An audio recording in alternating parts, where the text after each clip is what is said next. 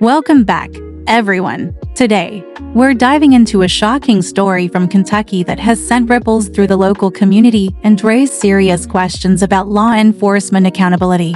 We're talking about the recent murder charge against Letcher County Sheriff Shawn Stines, who is accused of fatally shooting District Judge Kevin Mullins. Let's unpack the details of this tragic case and explore the broader implications for justice and public trust. On Thursday, September 20, 2024, in the small town of Whitesburg, Kentucky, Sheriff Shawn Stines was charged with the first-degree murder of Judge Kevin Mullins. This incident occurred inside the judge's chambers after an argument between the two men. Eyewitnesses reported hearing multiple gunshots, and tragically, Judge Mullins was pronounced dead at the scene. Sheriff Stines, aged 43, was taken into custody shortly after the shooting. He is now being held at the Leslie County Detention Center, 2 counties away from Letcher County, as authorities begin to investigate this shocking act of violence. What makes this case even more complex is the context surrounding Sheriff Stines. Just days before the shooting, he was deposed in a lawsuit that accused him of failing to investigate allegations of sexual assault by a former deputy,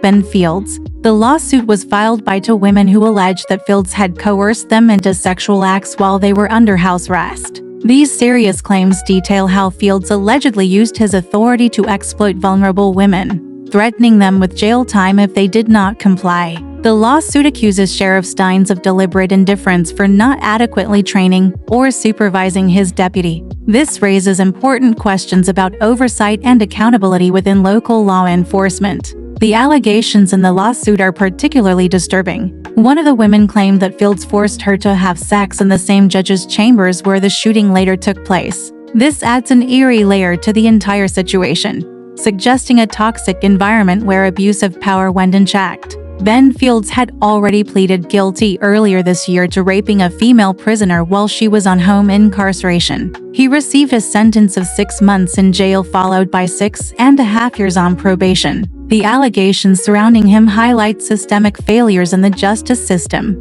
especially concerning the treatment of women in vulnerable positions. The murder of Judge Mullins has sent shockwaves through the tight-knit community of Whitesburg, which has a population of about 1,700. Residents are grappling with the implications of such a violent act occurring within their local government. Lead County Prosecutor Matt Butler expressed the deep sense of loss in the community, as he announced his recusal from the case due to familial ties with Mullins. In his statement, Butler highlighted the personal connections many have in Letcher County, noting that anyone from Letcher County would tell you that Judge Mullins and I married sisters, and that we be children who are first cousins but act like siblings. This deep-rooted community ties emphasize just how personal this tragedy is for those involved. This case raises significant concerns about the integrity of law enforcement and the judicial system. It brings to light critical issues regarding how claims of abuse are handled, especially against those in positions of power.